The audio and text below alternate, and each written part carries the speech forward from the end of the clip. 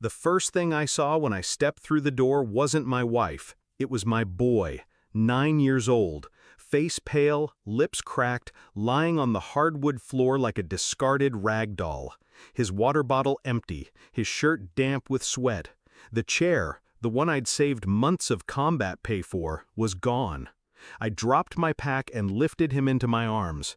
His knees were raw, blistered, like he had been dragging himself across the floor just to reach me. His voice was barely there, a whisper. "Daddy, Mom's new boyfriend sold my chair. He said if I wanted to move, I should learn to crawl." My heart didn't pound. My hands didn't shake. Something colder moved through me. I carried him to the Jeep, and while he drank from a bottle, trembling, I made one call. That night, the man who had spoken those words went missing. You don't expect betrayal to come wrapped in smiles and wedding rings. I left for a tour with trust. I returned to find my son on the floor, discarded by the people meant to protect him. Her. She hadn't called me, not once. No messages, no letters, no updates about our boy. When I asked why, she muttered excuses. Bad signal, busy days, stress.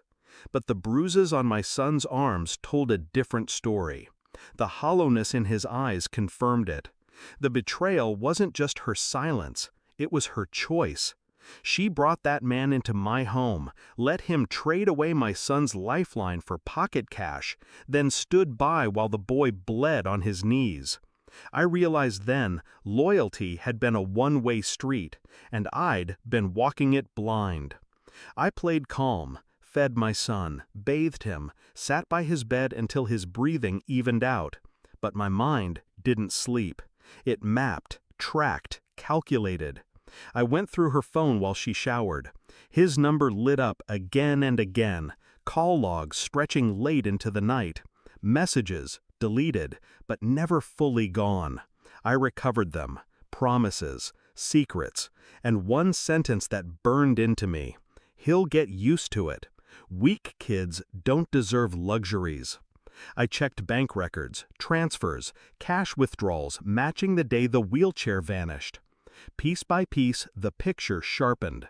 It wasn't just cruelty, it was collaboration. She let him strip my son's dignity because she wanted to keep him. I said nothing, not yet. The longer silence lasts, the sharper it cuts. The proof came in the form of a pawn ticket. His name, the chair's serial number, signed and dated. I placed the slip on the kitchen table while she cooked, pretending everything was fine. Her eyes froze when she saw it. I didn't speak, didn't need to. The silence pressed harder than any words. She stammered, eyes darting, excuses fumbling out like broken glass. He needed the money. It was just temporary. You don't understand how hard it's been. I let her choke on the lies. I'd already understood enough. That night, I didn't scream, didn't strike. I simply stood in the doorway while she begged for forgiveness, while her voice cracked with fear. "You don't know what he's capable of," she whispered. I smiled, a small, cold curve of my lips. "No, you don't know what I'm capable of." The man who had mocked my son vanished before dawn. No witnesses, no trail, just absence, carved clean. She asked me, over and over, what I'd done. I never answered. Her fear became my silence. Now, I move only for him. I rebuilt the chair, better this time, stronger. His wheels spin again. His laughter returns in fragments, fragile but real.